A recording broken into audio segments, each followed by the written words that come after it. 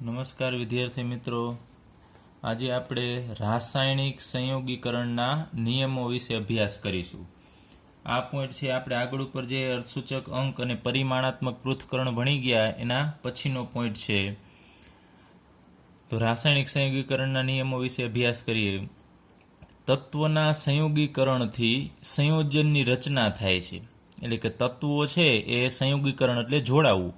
તત્વ જ્યારે જોડાશે અને એમાંથી સંયોજનની રચના થશે એ પાયાના 5 નિયમોને આધીન છે. આપણે અહીંયા 5 નિયમોનો અભ્યાસ કરવાનો છે. એ નિયમો ઉપરથી તત્વો જોડાય અને સંયોજનની રચના થાય છે. કઈ રીતે થાય છે, કેટલા પ્રમાણમાં તત્વો છે જોડાય છે, એ આપણને જુદા જુદા 5 નિયમો છે એના ઉપરથી ખ્યાલ આવશે. તો આપણે 5 નિયમોમાંનો પ્રથમ નિયમ જોઈએ, દળ સંચયનો નિયમ. તો આ દળ સંચયનો નિયમ શું કહે છે એ આપણે સૌપ્રથમ અહીંયા નિયમ જ જોઈએ કે દ્રવ્યનું સર્જન કે વિનાશ થઈ શકતો નથી. ખાસ યાદ રાખજો, દ્રવ્ય એટલે તમને ખ્યાલ છે કોઈ પણ વસ્તુ કે જે દળ ધરાવે એને જગ્યા રોકે એવી કોઈ પણ વસ્તુ, ઘન પ્રવાહી વાયુ, એનું આપણે સર્જન પણ કરી શકતા નથી અને એનો વિનાશ પણ કરી શકાતો નથી. તો તમને એમ થશે સર્જન તો કરી શકાય, પરંતુ આપણે સર્જન નથી કરી શકતા, એનું એક સ્વરૂપમાંથી બીજા સ્વરૂપમાં રૂપાંતર કરીએ છીએ, અથવા આપણે એનો વિનાશ પણ કરી શકતા નથી, બનાવી પણ શકતા નથી અને વિનાશ પણ કરી શકતા નથી. જેમ કે આપણે પાણી બનાવવું છે આપણે, તો નવું પાણી બનાવી શકતા નથી. એ તમને ખ્યાલ છે એ વરસાદમાંથી જે સમુદ્રમાંથી બાષ્પ બનશે ને એ બાષ્પ ફરીથી વરસાદ સ્વરૂપે નીચે આવે છે અહીંયા. તો એ સ્વરૂપ રૂપાંતર થયું કે પાણીનું રૂપાંતર વરાળમાં થશે અને વરાળનું રૂપાંતર ફરીથી પાણીમાં થાય છે. સર્જન નથી, એ રૂપાંતર છે. ત્યારબાદ વિનાશ થઈ શકતો નથી. તમને એમ થશે કે ચાલો આપણે આ પાત્ર છે, આ પાત્રની અંદર પાણી લઈ લઈએ અને આપણે પાણીનો વિનાશ કરી નાખવો છે. તો આપણે પાણીને ખૂબ ગરમ કરીએ. ખૂબ ગરમ કરશો તો પાણી છે અહીંયા H2O પ્રવાહી અવસ્થામાં છે પાણી, અને ખૂબ ગરમ કરશો તો એ બધું સીધું પાણી છે કઈ અવસ્થામાં જતું રહેશે? વરાળ અવસ્થામાં. H2O એની બાષ્પ બની જશે. તો આપણે સ્વરૂપ બદલાયું, પ્રવાહી સ્વરૂપમાંથી આપણે બાષ્પ અવસ્થામાં એને કન્વર્ટ કરીએ છીએ. વિનાશ કરી શકતા નથી. ત્યારબાદ આપણે કોઈ પણ, તમને એમ થાય લાકડું, ચાલો આપણે કોઈ પણ એક લાકડું લઈએ. આ લાકડાનો ટુકડો છે, આ લાકડાના ટુકડાનો તમારે વિનાશ કરવો છે તો તમારે આને આપણે તોડીએ અથવા તો આને ચાલો સળગાવી નાખીએ. અને સળગાવીએ તો લાકડું છે એને આપણે સળગાવીએ, શું થશે? લાકડું સળગાવ્યા પછી તમને ખબર છે કે આ એ નાના નાના કટકા કોલસામાં રૂપાંતર પામી જશે, એટલે આ કોલસો બની ગયો. પછી બીજું શું થાય છે? તો લાકડું છે એ સળગે છે એ દરમિયાન એમાંથી કાર્બન ડાયોક્સાઇડ બનતો હોય, પાણી બનતું હોય છે, પાણીની બાષ્પ બનતી હોય છે, અને છેલ્લે આપણને આવો કોલસો મળે છે. એ લાકડું તમે સળગાવો છો, માનો ખૂબ સળગાવી નાખો, છેવટે રાખ બની જશે, પણ તમે સાવ એનો નાશ કરી શકતા નથી. લાકડું છે એનું સ્વરૂપ રૂપાંતર કર્યું, પાણી બની જશે, કાર્બન ડાયોક્સાઇડ બનતો હોય છે અને કોલસો બને છે. તો જે શરૂઆતનું લાકડું હતું એનો તમે વિનાશ કરી શક્યા નથી. એનું સ્વરૂપ બદલાઈ ગયું કે લાકડામાંથી હવે કોલસો થઈ ગયો છે અથવા રાખ બની ગઈ છે. તો એ એકબીજામાં રૂપાંતર પામે છે. લાકડું છે કાર્બન ડાયોક્સાઇડ, પાણી અથવા તો આ કોલસામાં, રાખમાં રૂપાંતર પામે છે. તમે વિનાશ કરી શકતા નથી. એટલે આ નિયમ છે 1789માં એન્ટોની લેવોઝિયર નામના વૈજ્ઞાનિકે આપેલો હતો. એને કીધું કે કોઈ પણ દ્રવ્ય લઈ લો એનું તમે સર્જન નથી કરી શકતા, એટલે કે એકદમ નવેસરથી બનાવી શકતા નથી. જે પૃથ્વી ઉપર જેટલું છે એમાંથી તમે એકમાંથી બીજી વસ્તુમાં રૂપાંતર કરી શકો છો, નવું બનાવી શકતા નથી. કે જે વસ્તુ છે એનો તમે વિનાશ કરી શકતા નથી. માનો કે હજી બીજું આપણે વિનાશનું ઉદાહરણ લઈએ, તમને એમ થાય આપણે વિનાશ કરી શકીએ. તો આપણી પાસે અહીંયા એક આ મકાન છે, ચાલો મકાન છે આ, માનો કે એ મકાન છે, તમને એમ થાય મકાનનો મારે વિનાશ કરી નાખવો છે. તો તમે આ મકાનને મંડો તોડવા, મકાનને તોડીને એનો ભૂકો બનાવી નાખશો, પાવડર બનાવી નાખશો, તો પણ મકાન છે એનું સ્વરૂપ બદલાઈ ગયું. પણ સાવ તમે જે મકાનની અંદર વપરાયેલું ઈંટ કે રેતી, સિમેન્ટ જે વસ્તુ છે એ તો તમે એને તોડી નાખશો એટલે પાવડર સ્વરૂપમાં આવી જશે. તો સાવ તમે જે મકાન છે એને ટોટલી તમે સાવ અદ્રશ્ય નથી કરી નાખ્યું, એને તોડી નાખ્યું છે, તો એ પાવડર સ્વરૂપમાં નીચે આવી જશે. એના પથ્થરના ટુકડા કે જે બધું છે એ નીચે જમા રહેશે જ. તો તમે મકાન તોડ્યું પણ મકાનનો સંપૂર્ણ વિનાશ કરી નાખ્યો નથી. એનું જે દ્રવ્ય છે એ એક સ્વરૂપમાં અહીંયા જોડાયેલું હતું, બધી દિવાલ એ હવે પાવડર સ્વરૂપમાં આવી ગઈ છે, અહીંયા તોડી નાખ્યું છે. તો તમે ટોટલી વિનાશ કરી શકતા નથી, માત્ર સ્વરૂપ છે એ બદલાવી શકો છો. તો આવો નિયમ છે એ એન્ટોની લેવોઝિયરે કઈ રીતે આપ્યો? તો એને દહન પ્રક્રિયાનો કાળજીપૂર્વક અભ્યાસ કર્યો. દહન એટલે આપણે અહીંયા વાત કરી લાકડું કે કોઈ પણ ગેસ છે એનું દહન કરીએ છીએ, તેમાંથી કઈ વસ્તુ બને છે એનો ખૂબ કાળજીપૂર્વક અભ્યાસ કર્યો અને પછી એને આ નિયમ આપ્યો. હવે આ નિયમ છે એ પ્રક્રિયકો અને નિપજોના ચોક્કસ દળના માપન અને લેવોઝિયરે જે કાળજીપૂર્વક અને કરેલા યોજનાબદ્ધ પ્રયોગો છે એનું પરિણામ હતું. આ નિયમ છે કેનું પરિણામ છે? તો પ્રક્રિયકો અને નિપજો, એટલે જે આપણે શરૂઆતમાં લીધું હોય એને પ્રક્રિયક કહેવાય, છેલ્લે જે મળે એને નિપજ કહીએ છીએ. એના ચોક્કસ દળના માપન કર્યા એને, અને લેવોઝિયરે આ જે કાળજીપૂર્વક અભ્યાસ કર્યો અને એના પ્રયોગોનું જે પરિણામ મળ્યું એના ઉપરથી આ નિયમ છે આપેલો છે. હવે આપણે રાસાયણિક સંયોગીકરણનો બીજો નિયમ જોઈએ, નિશ્ચિત પ્રમાણનો નિયમ. તો આ નિયમ છે જોસેફ પ્રાઉસ્ટ નામના વૈજ્ઞાનિકે રજૂ કરેલો છે. અને એ નિયમ શું છે એ લઈએ તો આપેલ સંયોજન હંમેશા વજનથી સરખા પ્રમાણમાં તત્વો ધરાવે છે. કોઈ પણ સંયોજન છે એ હંમેશા વજનથી એટલે કે દળથી સરખા પ્રમાણમાં જ તત્વો ધરાવતા હોય છે. તો તમને અત્યારે આ કદાચ નિયમ ખ્યાલ નહીં આવે તો આપણે એક ઉદાહરણ લઈએ અને ઉદાહરણની મદદથી સમજીએ. જોસેફ પ્રાઉસ્ટ નામના વૈજ્ઞાનિકે CuCO3, જેને આપણે કોપર કાર્બોનેટ કહેશું,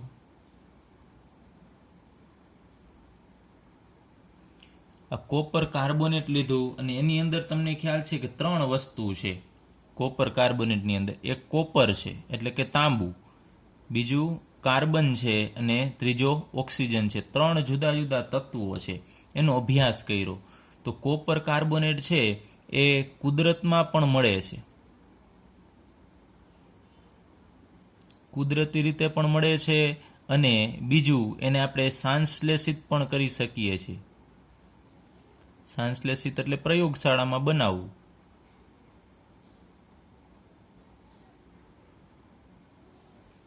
તો એને બંનેના નમૂનાનો અભ્યાસ કર્યો કે કોપર કાર્બોનેટ જે કુદરતી રીતે મળે છે અને સંશ્લેષિત એટલે કે પ્રયોગશાળામાં બનાવ્યું, એ બંને CuCO3 નો અભ્યાસ કર્યો અને એમાં રહેલા જે તત્વો છે 3 એની ટકાવારી જોઈ અને એને તારણ કાઢ્યું. આપણે ટકાવારી લઈએ, કુદરતી નમૂનો કોપર કાર્બોનેટ છે એની જ વાત કરીએ છીએ આપણે, એનો આપણે કુદરતી નમૂનો લઈએ.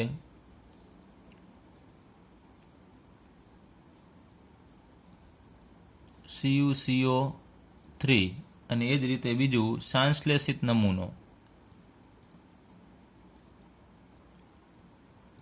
એ પણ CuCO3 નો લીધેલો છે. પછી ત્યારબાદ એની ટકાવારી નક્કી કરી કે કુદરતી જે નમૂનો છે એની અંદર કોપર Cu, તો કોપરના ટકા કેટલા છે, ત્યારબાદ ઓક્સિજનના ટકા કેટલા છે,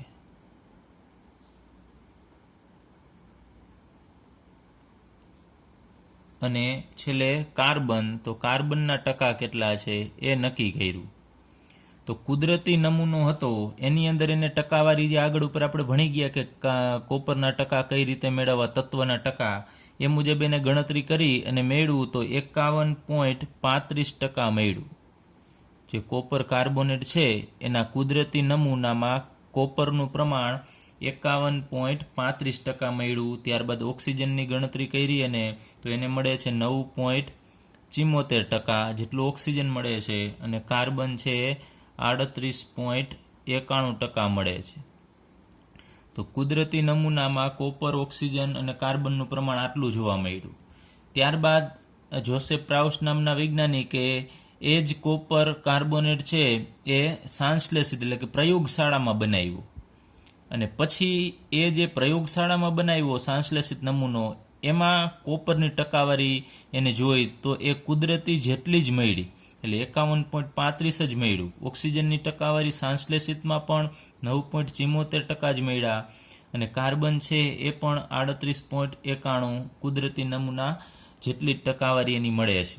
તો તમે જુઓ છો કે નમૂનો કોઈ પણ હોય, કુદરતી રીતે મળતો હોય અથવા સંશ્લેષિત રીતે નમૂનો આપણે મેળવતા હોય, તો એ કોપર કાર્બોનેટ છે એની અંદર કોપર, ઓક્સિજન અને કાર્બન આ બધાનું પ્રમાણ છે એ સરખું જ હશે, એટલે વજનથી આ ટકાવારી છે સરખા પ્રમાણમાં હશે. તો કીધું છે કે આપેલ સંયોજન એટલે કોપર કાર્બોનેટ, અહીંયા આપણે ઉદાહરણ લીધું છે, એ હંમેશા વજનથી સરખા પ્રમાણમાં તત્વો ધરાવતા હોય છે. હંમેશા વજનથી એટલે કે ફિક્સ જ હોય, કુદરતી રીતે હોય કે સંશ્લેષિત, અથવા દુનિયાના કોઈ પણ જગ્યાએથી તમે CuCO3 લેશો તો એમાં કોપર છે એ 51.35% જ હોય, ઓક્સિજન 9.74% જ હશે, અને કાર્બન છે 38.91% જ હશે.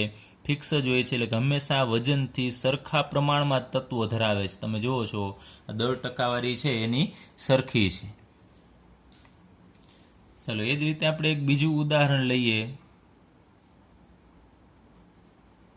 એ ઉદાહરણમાં આપણે પાણીની વાત કરીએ તો હાઇડ્રોજન H, પાણી બનાવવું છે તો આપણે હાઇડ્રોજન અને એકલો ઓક્સિજન, પણ એકલો ઓક્સિજન દર્શાવી શકતા નથી કેમ કે ઓક્સિજન હંમેશા બે ભેગા જ હોય છે. તો એકલો ઓક્સિજન દર્શાવવા માટે આપણે આ રીતે 1/2 O2 વડે દર્શાવીશું. તો અહીંયા બે ઉડી જશે એટલે એકલો ઓક્સિજન વધશે, એટલે 1/2 O2 એનો મતલબ તમારે એક ઓક્સિજન કાઢવાનો છે કે આ એકલો ઓક્સિજન છે. તો અહીંયા 2 હાઇડ્રોજન અને 1 ઓક્સિજન જોડાઈને પાણી આપશે H2O. આપણે પહેલી મેથડથી આ બનાવ્યું પાણી છે, H2O પાણી બનાવીએ છીએ. ચલો એ જ રીતે આપણે બીજી મેથડથી પાણી બનાવવું હોય તો બીજી કઈ રીતે આપણે પાણી બનાવી શકીએ? તો હાઇડ્રોજન પેરોક્સાઇડ H2O2 ને આપણે હાઇડ્રોજન પેરોક્સાઇડ કહીએ છીએ. તો હાઇડ્રોજન પેરોક્સાઇડનું આપણે જ્યારે વિઘટન કરીએ અને તોડીએ છીએ તો એમાંથી એક ઓક્સિજન નીકળી જાય, H2O2 છે એમાંથી એક ઓક્સિજન નીકળી જાય, એમાંથી એક ઓક્સિજન નીકળી જશે તો પાછળ H2O વધશે અહીંયા, અને એકલો ઓક્સિજન આપણે અહીંયા દર્શાવી દઈએ 1/2 O2. એકલો ઓક્સિજન એટલે 1/2 O2 લખીશું. તો તમે જુઓ છો કે અહીંયા પાણી બને છે, હાઇડ્રોજન અને ઓક્સિજનને ભેગા કરીને પાણી બનાવો છો. અને બીજી રીતે આપણે પાણી કઈ રીતે બનાવ્યું? તો હાઇડ્રોજન પેરોક્સાઇડ છે એનું વિઘટન કરીએ છીએ એટલે એમાંથી પણ પાણી બનશે. તો આ બંને પાણી છે એની અંદર હાઇડ્રોજનનું પ્રમાણ અને ઓક્સિજનનું પ્રમાણ બંનેની અંદર સરખું જ જોવા મળે છે. તો બંને પાણીના નમૂનામાં આપણે હાઇડ્રોજનનું પ્રમાણ આગળ ઉપર ભણી ગયા, 11 હાઇડ્રોજન છે એ 11.18% છે. તો આ જે હાઇડ્રોજન પેરોક્સાઇડમાંથી જે પાણી મળ્યું એમાં પણ 11.18% જ હાઇડ્રોજન જોવા મળ્યો, અને અહીંયા જે ઓક્સિજન હતો એ 88.79% હતો. તો અહીંયા પણ હાઇડ્રોજન પેરોક્સાઇડમાંથી બનેલા પાણીમાં પણ 88.79% ઓક્સિજન છે જોવા મળે છે. એટલે કે સ્ત્રોત ગમે તે હોય, પાણી છે એ બંને રીતે આપણે બનાવ્યું, હાઇડ્રોજન ને ઓક્સિજન વાયુને ભેગા કરીને બનાવ્યું અને હાઇડ્રોજન પેરોક્સાઇડનું વિઘટન કરીને બનાવ્યું. તો સ્ત્રોત ગમે તે હોય,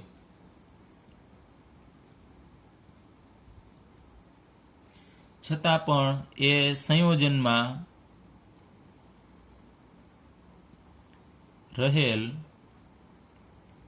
તત્વો છે એ સરખા પ્રમાણમાં જ હોય છે.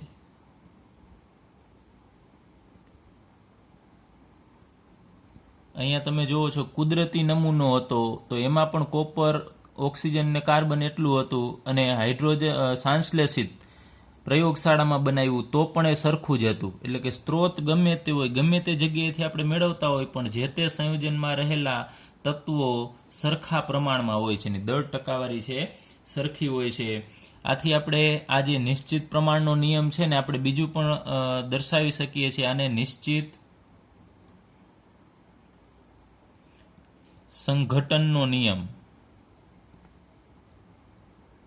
પણ કહેવામાં આવે છે, કે એમાં જે તે તત્વનું સંઘટન, એનું બંધારણ છે એ ફિક્સ હોય છે, એટલે આ નિયમને બીજું નિશ્ચિત સંઘટનનો નિયમ પણ કહેવામાં આવે છે. તો ફરીથી આપણે જોઈ લઈએ. આ નિયમ એવું કહેવા માગે છે કે કોઈ પણ સંયોજન હોય CuCO3 કે H2O એ ગમે તે રીતે મેળવવામાં આવતું હોય પણ એમાં રહેલા તત્વોની ટકાવારી હંમેશા અચળ હોય છે, ફિક્સ હોય છે, સરખા પ્રમાણમાં એ તત્વો ધરાવે છે.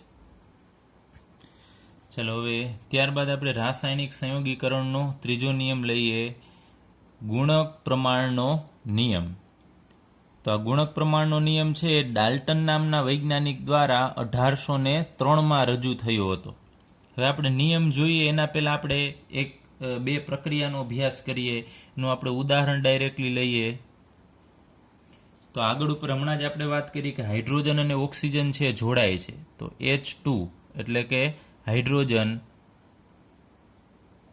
એ ગેસ અવસ્થામાં હોય છે અને પ્લસ 1/2 O2 આપણે એકલો ઓક્સિજન દર્શાવવો છે 1/2 O2 ગેસ એ બંને જોડાશે.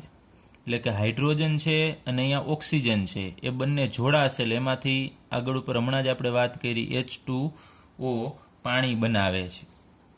એટલે હાઇડ્રોજન અને ઓક્સિજન જોડાઈને પાણી આપે છે. હવે અહીંયા તમે જુઓ છો કે હાઇડ્રોજન છે એનું આપણે દળ ગણવું હોય તો મોલર દળ કેટલું થશે? તો અહીં H2 અણુ છે તો એકલા હાઇડ્રોજનનું આપણે આગળ ઉપર ભણી ગયા પરમાણ્વીય દળ 1 છે તો 2 હાઇડ્રોજનનું ભેગું તમે પરમાણ્વીય દળ ગણશો એટલે આનું મોલર દળ છે આપણને મળશે 2 ગ્રામ. H2નું મોલર દળ 2 ગ્રામ થશે. ત્યારબાદ ઓક્સિજન અહીંયા છે એનું કેટલું દળ છે? તો અહીંયા આ 2 ઓક્સિજન છે એને ભાગ્યા તમે અડધો કરો છો એટલે આ 2 કેન્સલ થશે એટલે 1 ઓક્સિજન વધશે. તો એકલા ઓક્સિજનનું દળ કેટલું છે આપણે આગળ ઉપર ભણી ગયા છે. 1 ઓક્સિજન પરમાણુ હોય એનું પરમાણુય દળ 16 થશે એટલે આપણે અહીંયા એનું મોલર દળ ગણીએ તો 16 ગ્રામ થશે. તો એ જ રીતે અહીંયા H2O એટલે કે પાણી બને છે તો પાણીનું મોલર દળ કેટલું થશે અથવા આણ્વીય દળ કેટલું થશે એના આપણે આગળ ઉપર દાખલા પણ ભણી ગયા છીએ આણ્વીય દળ કઈ રીતે મેળવવું.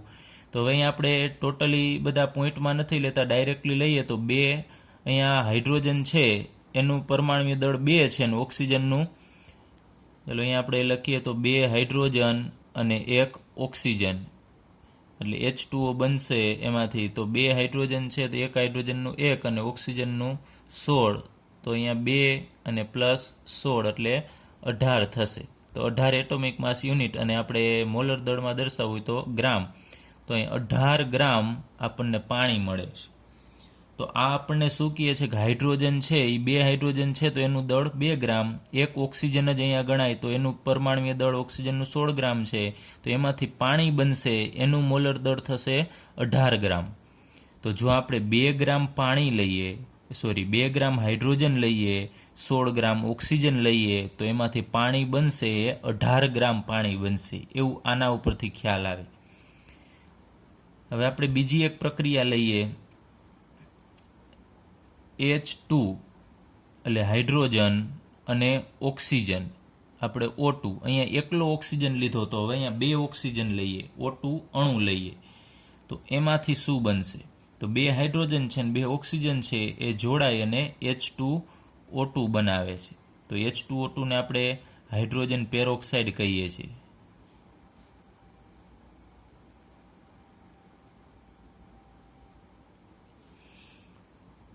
તો અહીંયા હાઇડ્રોજન છે એનું દળ કેટલું થશે? તો ઉપર અહીંયા 2 ગ્રામ લીધું તો અહીંયા પણ H2 છે એટલે 2 ગ્રામ જ થશે.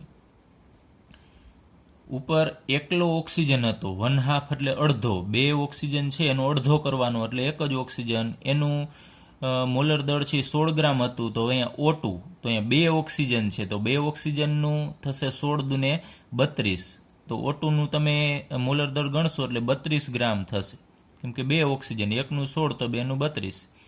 હવે H2O2 એટલે હાઇડ્રોજન પેરોક્સાઇડનું તમારે મોલર દળ ગણવાનું છે તો એનું તમે મોલર દળ ગણશો એટલે 2 હાઇડ્રોજનના અને ઓક્સિજનનું 16 દુને 32 આ મુજબ તમારે ગણી લેવાનું તો આનું મોલર દળ આપણને 34 ગ્રામ મળશે. હાઇડ્રોજન પેરોક્સાઇડ છે એનું મોલર દળ 34 ગ્રામ.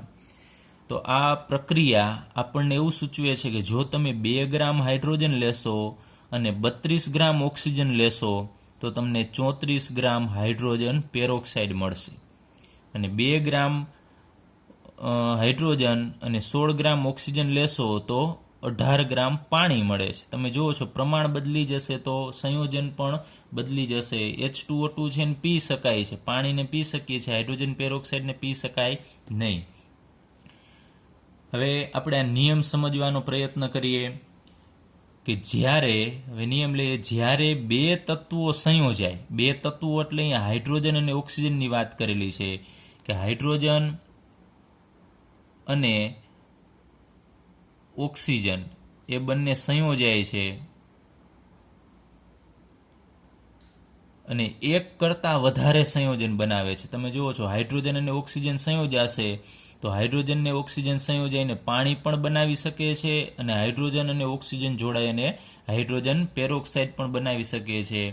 એક કરતાં વધારે સંયોજન અહીંયા કીધું, પાણી પણ બનાવે છે અને હાઇડ્રોજન પેરોક્સાઇડ પણ બનાવે છે. એટલે જ્યારે બે તત્વો સંયોજાય, એક કરતાં વધારે સંયોજન બનાવે, અહીંયા બે બનાવે છે, તો ત્યારે એક તત્વના દળ બીજા તત્વના સંયોજાતા નિશ્ચિત દળ સાથે, એટલે એક તત્વનું દળ એટલે અહીંયા આપણે ઓક્સિજનની વાત કરીએ છીએ, O, એક તત્વનું દળ એટલે ઓક્સિજનનું એ બીજા તત્વના, હવે બીજું તત્વ એટલે અહીંયા આપણે હાઇડ્રોજન લીધું છે, તો બીજા તત્વના સંયોજાતા નિશ્ચિત દળ સાથે જોડાય છે.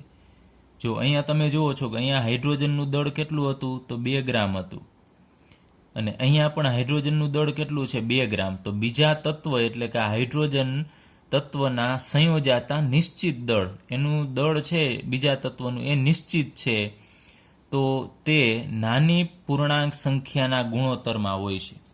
આ એક તત્વનું દળ એટલે અહીંયા આ ઓક્સિજનની વાત કરીએ છીએ, ઓક્સિજનનું દળ એ હાઇડ્રોજનના નિશ્ચિત દળ સાથે સંયોજાશે તો ઓક્સિજનનું દળ જે છે એ નાની પૂર્ણાંક સંખ્યાના ગુણોત્તરમાં હોય છે. જોજો ખાસ ફરીથી એક વખત હજી સમજવા જેવું છે કે જ્યારે બે તત્વો જોડાય અને એક કરતાં વધારે સંયોજન બનાવે છે ત્યારે એક તત્વનું દળ એટલે કે આ ઓક્સિજનનું દળ એ બીજા તત્વના નિશ્ચિત દળ સાથે જોડાય છે, ત્યારે આ ઓક્સિજનનું જે દળ છે ને એને આપણે નાની પૂર્ણાંક સંખ્યાના ગુણોત્તરમાં દર્શાવી શકીએ છીએ. તો અહીંયા તમે જુઓ છો કે 16 અને 32, તો આપણે એનો ગુણોત્તર લઈએ 16/32, તો એનો જવાબ આપણને મળશે 16 દુને 32 થશે એટલે 1/2. તો એનો આપણે ગુણોત્તર લઈએ તો 1/2, અથવા આ રીતે દર્શાવવું હોય તો અહીંયા ઓક્સિજનનું દળ છે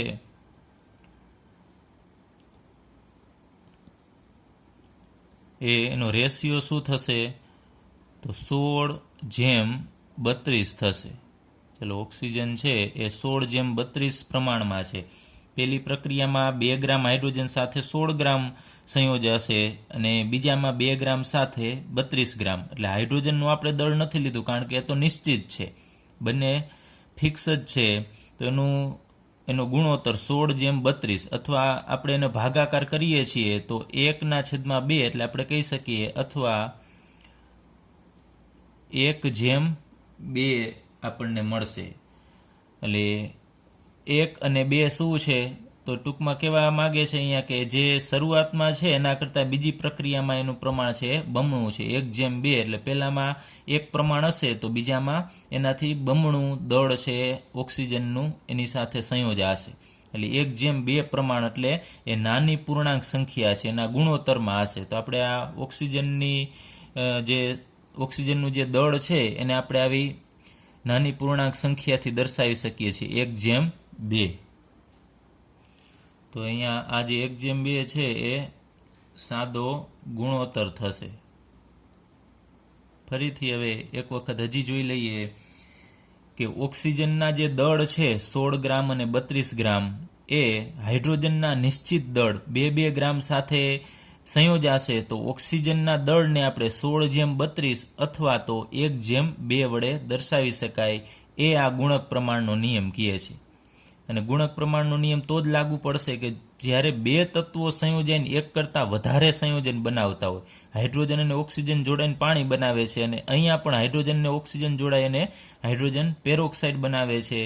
એવી કન્ડિશન હોય ને ત્યારે જ આ ઓક્સિજનને આપણે નાના ગુણોત્તર વડે દર્શાવી શકીએ છીએ, 16/32 અથવા તો 1/2. ચલો, એના પછી આપણે લઈએ ગેલિયુસેકનો વાયુમય કદનો નિયમ. તો આ નિયમ ગેલિયુસે કે 1808માં રજૂ કર્યો હતો.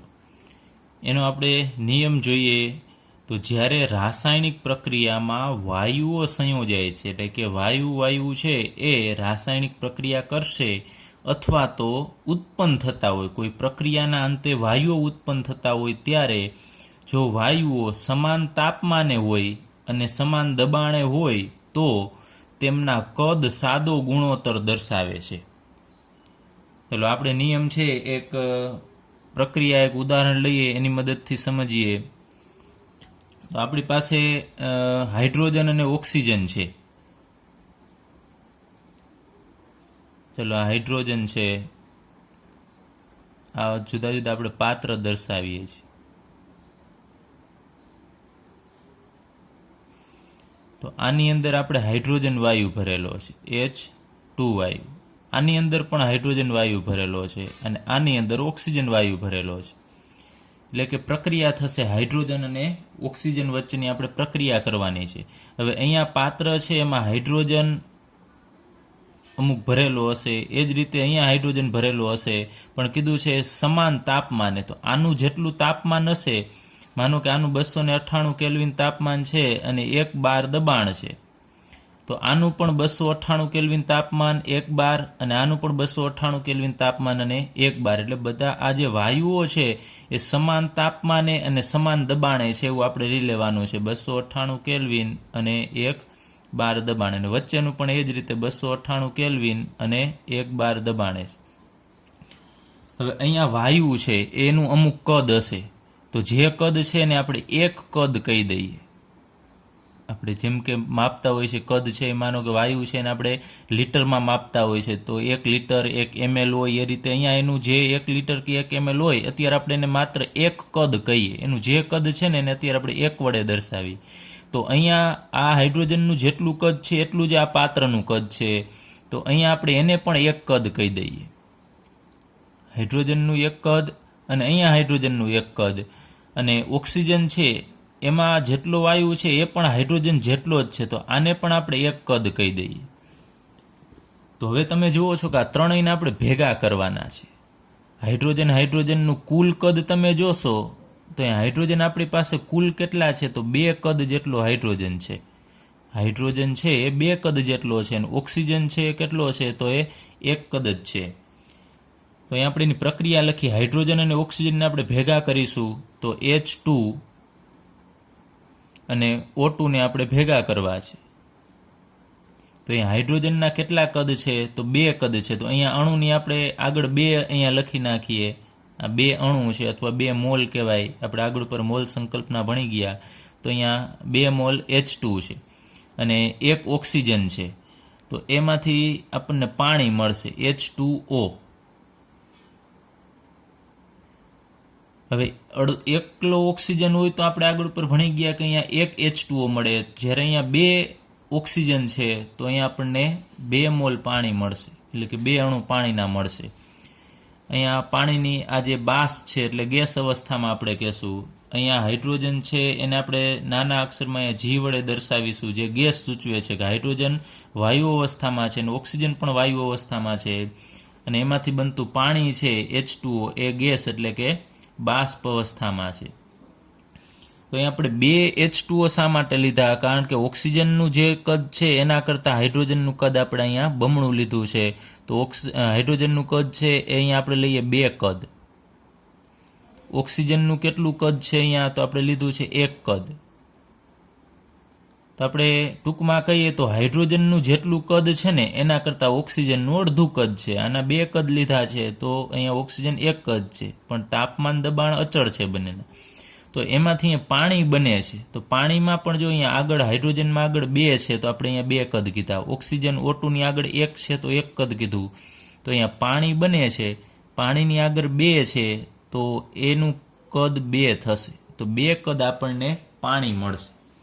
જો 2 કદ જેટલો હાઇડ્રોજન લેવામાં આવે, 1 કદ જેટલો ઓક્સિજન લેવામાં આવે તો પાણી કેટલું બનશે? તો 2 કદ જેટલું. એટલે કે આ 2 પાત્ર છે જે હાઇડ્રોજન અને ઓક્સિજનના ભરેલા, એટલું આપણને પાણી મળશે. ભલે આપણે 3 વસ્તુ ભેગી કરીએ છીએ, ઘણાને એમ થાય કે આ 1, 2 ને 3 ભેગા કરીએ છીએ તો 3 કદ મળવું જોઈએ. ના, એવું ન હોય, એ કદનો એ રીતે સરવાળો થશે નહીં, કારણ કે ખાલી આપણે પાણી મિક્સ નથી કરતા કે 2 લીટર પાણી લ્યો ને બીજા 2 લીટર લ્યો તો 4 લીટર પાણી થશે, એવું નથી. અહીંયા આખું બદલી જાય છે. અહીંયા હાઇડ્રોજન ઓક્સિજન છે એમાંથી નવું જ સંયોજન બને છે H2O, એટલે એનું કદ છે એ પણ બદલી જશે. એ જે તમે આગળ ઉપર આપણે અભ્યાસ કરશું ત્યારે તમને વધુ ક્લિયર થશે. પણ અત્યારે યાદ રાખજો કે અહીંયા પાણીનું કદ છે એ આ બંનેના સરવાળા જેટલું નથી. આના 2 કદ છે તો આનું 1 કદ છે, તો પાણી 2 કદ મળે છે. તો અહીંયા હાઇડ્રોજનની સંખ્યા અને ઓક્સિજનની સંખ્યા સરખી હોય. અહીંયા 4 હાઇડ્રોજન છે, 2 દુ 4, તો અહીંયા પણ 4 હાઇડ્રોજન છે. અહીંયા ઓક્સિજન 2 છે, તો અહીંયા 2 આગળનો બગડો છે અહીંયા ઓક્સિજનનો કહેવાય, તો 2 ઓક્સિજન. હવે આપણે કદ તરીકે વિચારીએ કે માનો કે આપણે હાઇડ્રોજન છે 100 ml લઈએ, આપણે mlમાં લઈએ છીએ, હાઇડ્રોજન 100 ml લઈએ અને ઓક્સિજન છે 50 ml લઈએ. એ કઈ રીતે આપણે કીધું કે હાઇડ્રોજનનું કદ 2 કદ છે, તો ઓક્સિજનના 1 કદની જરૂર પડે છે. એટલે હાઇડ્રોજન કરતાં ઓક્સિજન અડધો જરૂરી છે. તો અહીં આપણે 100 ml હાઇડ્રોજન લીધો હોય એનું કદ, તો ઓક્સિજન 50 લેવો પડશે. તો એમાંથી પાણી કેટલું બનશે? તો તમને ખબર છે અહીંયા જેટલું હાઇડ્રોજનનું કદ છે ને એટલું અહીંયા પાણીનું કદ બનશે. તો પાણીનું કદ છે 100 ml થશે. એટલે જેટલું હાઇડ્રોજનનું કદ છે એટલું ઓક્સિજનનું કદ છે આપણને મળે છે. તો અહીંયા આ નિયમ એવું કહેવા માંગે છે કે આ બંનેનો હવે આપણે ગુણોત્તર લેવાનો, હાઇડ્રોજનના કદનો અને ઓક્સિજનના કદનો. તો અહીંયા H2નું કદ, H2નું કદ ના છેદમાં O2નું કદ, એનો આપણે ગુણોત્તર લઈએ. તો અહીંયા હાઇડ્રોજનનું કદ છે 100 છે અને છેદમાં અહીંયા ઓક્સિજનનું કદ 50 છે. તો 100/50 અને એનો ભાગાકાર કરશો તો અહીંયા 50 દુ 100 થશે, ઉપર 2 આવશે અને નીચે કાંઈ નહીં વધે, એટલે 1 તો હોય જ. તો હાઇડ્રોજન અને ઓક્સિજનના કદનો ગુણોત્તર શું થશે? H2નું કદ જેમ O2નું કદ, એનો ગુણોત્તર કેટલો હશે? તો 2/1 જેટલું, એટલે 2/1 એનો ગુણોત્તર મળે છે. તમે જુઓ છો H2નું કદ અને O2નું કદનો ગુણોત્તર 2/1, એટલે અહીંયા હાઇડ્રોજન છે એનું કદ 2 લેવાનું અને ઓક્સિજનનું કદ છે 1 લેવાનું. આ રીતે અહીંયા આપણે લીધું જ છે, હાઇડ્રોજનનું કદ 2 અને ઓક્સિજનનું કદ 1. એટલે 100 ml તમે હાઇડ્રોજન લેશો તો 50 ml ઓક્સિજનની જરૂર પડશે. એટલે હાઇડ્રોજન કરતાં ઓક્સિજન છે અડધો છે. તો આ બંનેનો તમારે ગુણોત્તર લેશો તો હંમેશા 2/1 જ આવે. હવે આપણે બીજું એક હજી આમ ઉદાહરણ લઈએ. 100 ml છે, 100ની જગ્યાએ આપણે 200 ml લઈ લઈએ. ચાલો, હાઇડ્રોજન છે એ અહીંયા 200 ml લઈએ અને ઓક્સિજન છે એ કેટલો થશે તમને ખ્યાલ છે, એનો અડધો થાય, 100 ml થશે. હાઇડ્રોજન 200 ml લેશો તો ઓક્સિજનનો અડધો 100 ml. તો આને તમારે બંનેનો ગુણોત્તર લેવાનો, 200/100. તો એ પણ તમને ખ્યાલ છે અહીંયા 100 દુ 200 એટલે 2/1 જ મળશે. તો એનો ગુણોત્તર 2/1 જ મળે.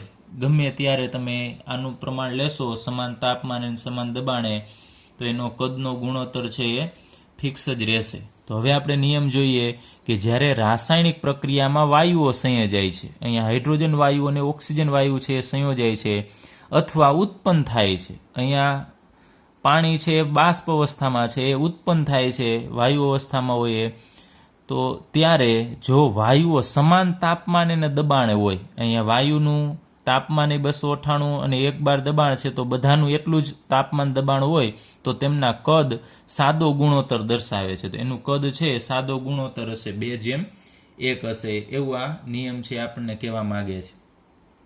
એટલે આગળ ઉપર નિયમ લીધો એ પણ કદના ગુણોત્તરનો જ હતો, પણ થોડો એ અલગ પ્રકારનો હતો. અહીંયા એનાથી થોડુંક અલગ છે, વાયુ માટેનો આ નિયમ છે ટોટલી.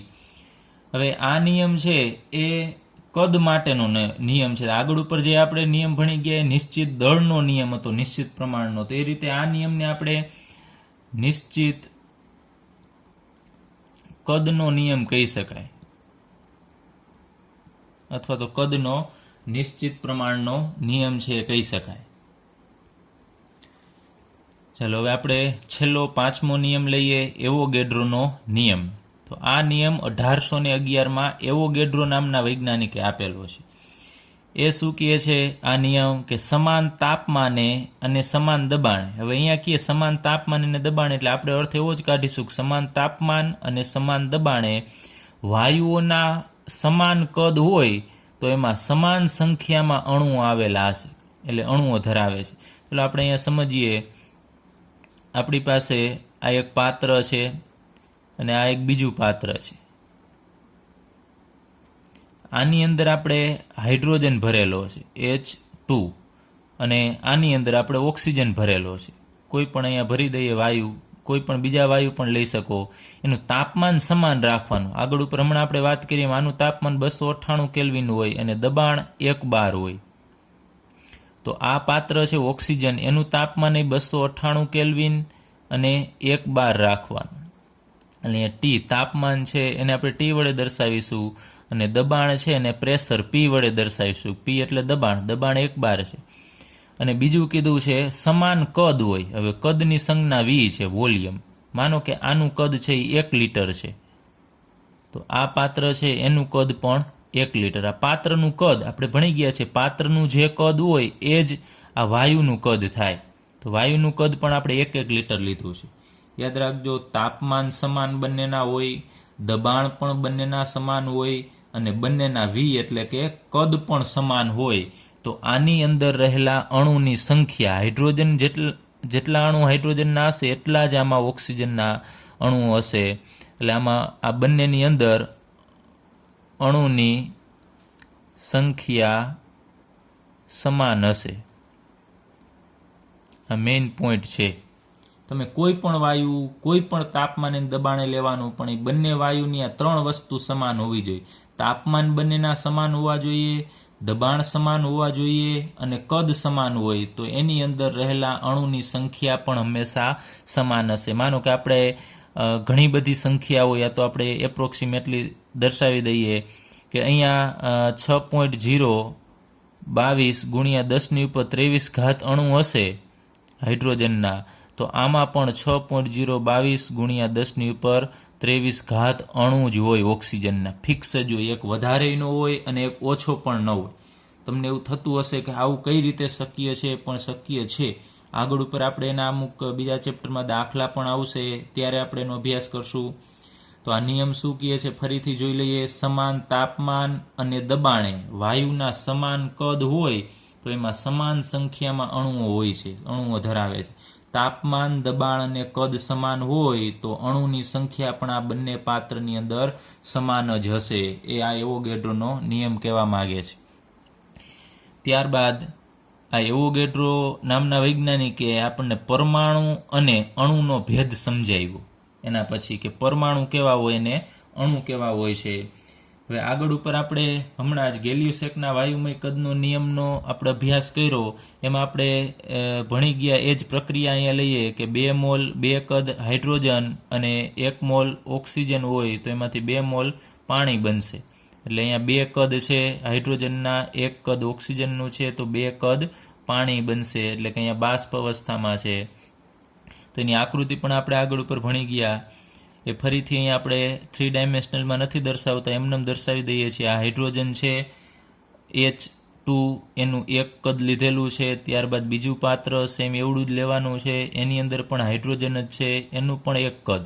તો આમાં હાઇડ્રોજનના અણુઓ જે આપણે ટપકા દર્શાવીએ છીએ આ અણુઓ છે, અને આમાં પણ હાઇડ્રોજન છે એ ટપકા વડે દર્શાવીએ છીએ એના અણુ છે. ત્યારબાદ ત્રીજું પાત્ર લઈએ, એની અંદર O2 લેવાનો છે, એનું પણ 1 કદ લેવાનું છે. તો એમાં અણુઓની સંખ્યા આપણે લઈએ, અમુક અણુ ઓક્સિજનના લીધા છે. તો એ બધા ભેગા થશે તો એમાંથી પાણી બનશે. એ કેટલું બનશે તો 2 કદ જેટલું. એટલે અહીંયા 2 પાત્ર છે એ ભેગા કરશો અને જેટલું કદ થશે એટલું કદ આપણને પાણીનું મળશે. H2O 2 કદ મળે છે. પણ તમે જુઓ છો કે આ 3 પાત્ર છે આપણી પાસે. આ હાઇડ્રોજનનું છે ને આ પણ હાઇડ્રોજનનું છે અને આ ઓક્સિજનનું છે. તો 3 પાત્ર છે એના કદ છે એ સમાન છે, 1 કદ. તો જોઈએ 3ના તાપમાન અને દબાણ સમાન હોય ને કદ તો સમાન જ છે, તો આ 3ની અંદર અણુની સંખ્યા પણ સમાન હશે. આમાં જેટલા અણુ હશે એટલા જ આમાં અણુ હશે અને એટલી જ સંખ્યામાં આ ઓક્સિજનના અણુ હશે. આ 3ની આપણે વાત કરીએ છીએ કારણ કે 3ના કદ સમાન છે. તો આમાં જેટલા અણુઓની સંખ્યા હાઇડ્રોજનની હોય એટલી જ આમાં હશે ને એટલી જ ઓક્સિજનમાં હશે. પાણીમાં પાછી બદલી જશે કેમ કે 2 કદ છે એ આનાથી બમણા થશે. પર વાત કરી હતી એમ હાઇડ્રોજન એકલો હોય અને બીજો હાઇડ્રોજન એકલો હોય તો આને આપણે હાઇડ્રોજન પરમાણુ કહેશું. અને આ પણ હાઇડ્રોજન પરમાણુ છે. એ બંને જોડાશે એટલે એમાંથી H2 બનશે અને આ H2 બન્યો એને આપણે અણુ કહીએ છીએ.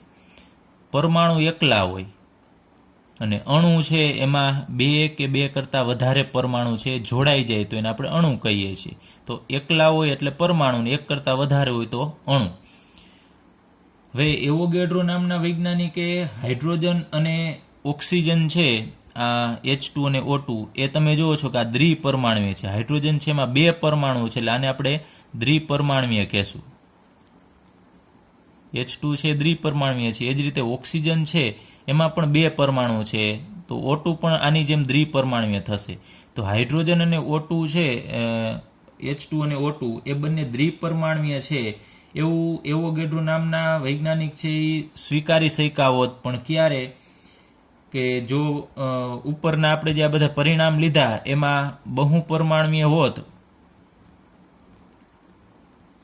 અણુ છે એ બહુપરમાણુય હોય છે એવું સ્વીકારી શક્યા હોત. પણ ક્યારે કે જેને ખ્યાલ હોત કે હાઇડ્રોજન દ્વિપરમાણુય છે અને ઓક્સિજન છે એ પણ 2 પરમાણુનો બનેલો છે. O2 અણુ છે એ 2 ઓક્સિજનનો બનેલો છે.